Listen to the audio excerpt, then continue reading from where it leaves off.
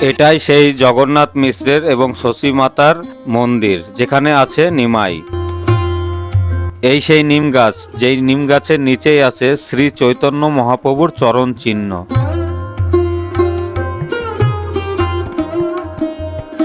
এটাই হচ্ছে শ্রীকৃষ্ণ রাধারানীর মূল মন্দির। বিরাট এই নাট মন্দির, যেখানে 1000 ভক্ত এখানে হরিনাম সংকীর্তন করার জায়গা আছে। এই মায়াপুরের গেট থেকে সামনে দিকে একটু হেঁটে গেলেই পড়বে এই নিমাইয়ের জন্মস্থান। রাধে রাধে বন্ধুরা, আজকে আমি চলে এসেছি মায়াপুরে নিমাইয়ের জন্মস্থানে।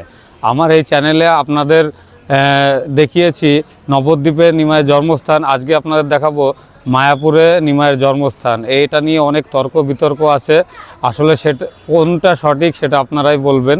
চলুন তাহলে নিমাইয়ের জন্মস্থানটা আপনাদের ঘুরে ঘুরে দেখায়। এই হচ্ছে মন্দিরের মূল দোয়ার।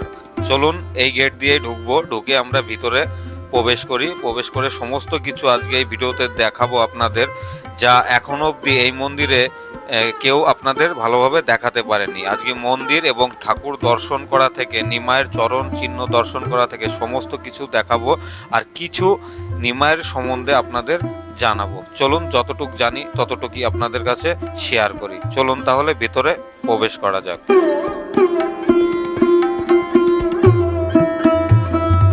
মন্দিরে ঢুকেই মন্দিরের ডান দিকে আছে ঠাকুর শ্রী ভক্ত বৃন্দাবনের সমাধি মন্দির। চলুন তাহলে মন্দিরটা দর্শন করা যাক। মন্দিরের সামনেই আছে একটি তুলসী মন্দির, তার পাশেই আছে সমাধি মন্দির। এখন মন্দিরের দুয়ার বন্ধ আছে, কিন্তু হ্যাঁ, আপনাদের একটা জিনিস বলে রাখি, এই মন্দিরে ভিডিও বা ছবি করা পুরো নিষিদ্ধ। তার মাঝে দিয়েও আপনাদের মাঝে তুলে ধরেছি এই মন্দিরের ভিডিও। চলুন দেখতে থাকুন, দেখবেন খুবই সুন্দর লাগবে আপনাদের এই নিমাইয়ের জন্মস্থান। চলুন দেখতে থাকি। মায়াপুরে অবস্থিত চৈতন্য মহাপ্রভুর জন্মস্থান, যা যোগপীঠ নামে পরিচিত, এবং তার পিতা জগন্নাথ মিশ্রের গৃহের ইতিহাস অত্যন্ত অলৌকিক এবং আধ্যাত্মিক মহিমায় ভরপুর। চলুন জানি জগন্নাথ মিশ্রের এবং শচী দেবী আগমন। শ্রী চৈতন্য মহাপ্রভুর পিতা জগন্নাথ মিশ্রের এবং মাতা শচী দেবীর আদি নিবাস সিয়টে, বর্তমানে বাংলাদেশের সিলেট বাসিন্দা ছিলেন।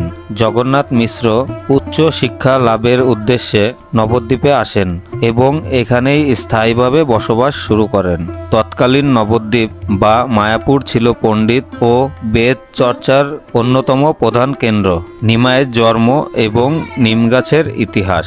1486 খ্রিস্টাব্দের 1407 শতাব্দ 23শে ফাল্গুন দোল পূর্ণিমার সন্ধ্যায় চন্দ্রগ্রহণের সময় এই গৃহেই নিমাইয়ের জন্ম হয়। কথিত আছে জগন্নাথ মিশ্রের বাড়ির আঙিনায় একটি নিম গাছ ছিল, যা নিচে মহাপ্রভু প্রসূত গৃহ থেকে প্রথম আলো দেখেন।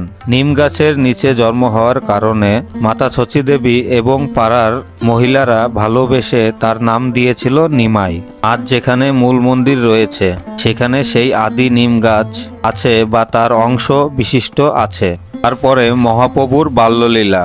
জগন্নাথ মিশ্রের এই বাড়িটিই ছিল মহাপ্রভুর সমস্ত বাল্যলীলা ও কৈশোরের মূল কেন্দ্র। এখানেই তিনি হামাগুড়ি দিয়েছেন, ধুলোবালি মেখেছেন এবং প্রতিবেশীর বাড়িতে নানা চপলতা করেছেন। তীর্থ থেকে আসা এক ব্রাহ্মণ যখন অন্ন গ্রহণ করে তখন নিমাই সেটা খেয়ে নেয়। অলৌকিকভাবে নিমাই যখন এই সন্ন্যাসীকে দর্শন দেয়, দর্শন দেওয়ার স্মৃতিটি আজও আছে এই জন্মস্থানে। মহাপ্রভু সন্ন্যাস গ্রহণের পরবর্তীকালে ভাগীরথী গঙ্গা নদীর গতিপথ পরিবর্তনের কারণে প্রাচীন মায়াপুরের ঐতিহাসিক নদীগর্ভে তলিয়ে যায়। ফলে জগন্নাথ মিশ্রের আদি বাসস্থান ও মহাপ্রভুর প্রকৃত জন্মস্থান ভিটাটা বহু বছর ধরে মাটির নিচে চাপা পড়ে জঙ্গল ও কৃষি জমিতে পরিণত হয়েছিল। পরবর্তীকালে ঊনত্রিশ শতাব্দীর শেষের দিকে প্রায় 1887-1892 সালের দিকে গৌড়ীয় বৈষ্ণব আন্দোলনে অন্যতম পুরোধা শ্রী ভক্তিবিনোদ ঠাকুর প্রাচীন মানচিত্র, চৈতন্য ভাগবত ও চৈতন্য চরিতামৃতের বন্দনা স্থানীয় প্রমাণের ভিত্তি করে এই স্থানটি পুনরায় আবিষ্কার করেন। তিনি এবং তার সহযোগীরা মাটি খুঁড়ে পুরনো অনেক কিছু ঐতিহাসিক জিনিস পান। এইসব দেখে এটি ধারণা করে যে নিমাইয়ের জন্মস্থান। এরপর এই স্থানের নামকরণ করা হয় যোগপীঠ। বর্তমানে এই পবিত্র স্থানটি অত্যন্ত সুন্দরভাবে সাজিয়ে রাখা হয়েছে। এইখানে গেলে ভক্তবিন্দুরা দেখতে পায় মূল মন্দির ও শশীমাতা ও জগন্নাথ মিশ্রের কোলে ছোট্ট নিমাইয়ের বিগ্রহ রয়েছে। মন্দিরের পাশে রয়েছে ঐতিহাসিক সে প্রাচীন নিম গাছ। সেখানে গেলে দেখা যায় নিমাইয়ের চরণ চিহ্ন। একটি ছোট কুঠিরের মতো করে মহাপ্রভুর জন্মস্থানটাকে চিহ্নিত করে রাখা হয়েছে। গৌড়ীয় ও বৈষ্ণব ও ইস্কন ভক্তদের কাছে এই স্থানটি পৃথিবীর সবথেকে পবিত্র স্থান।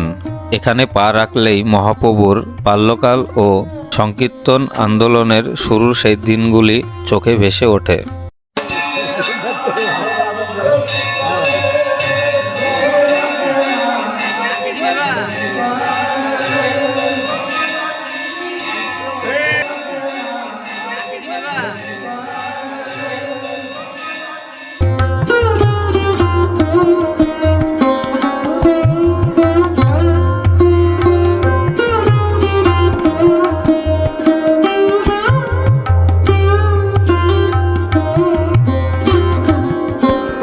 এটাই সেই বিরাট নাট মন্দির যেখানে 1000 ভক্ত একবারে হরিনাম সংকীর্তন এবং বিশ্রাম করে। তো আমার এই কথাগুলি আপনাদের কেমন লেগেছে? যদি কোনো কথায় ভুল হয়ে থাকে অবশ্যই ক্ষমা করে দেবেন। আর আপনারাই বলুন, নিমাইয়ের জন্মস্থান আদৌ কি মায়াপুরে না নবদ্বীপে? আপনাদের মতামত অবশ্যই করে কমেন্ট বক্সে জানাতে ভুলবেন না।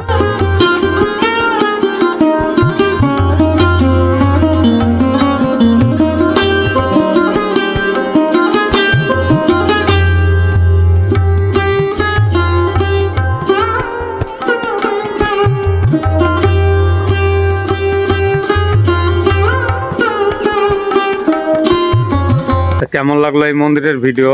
যদি ভালো লেগে থাকে অবশ্যই একটা লাইক দেবেন, আর আমার চ্যানেলে নতুন হলে একটা সাবস্ক্রাইব করে দেবেন। তো আসছি, দেখা হবে আপনাদের সাথে আগামী পর্বে।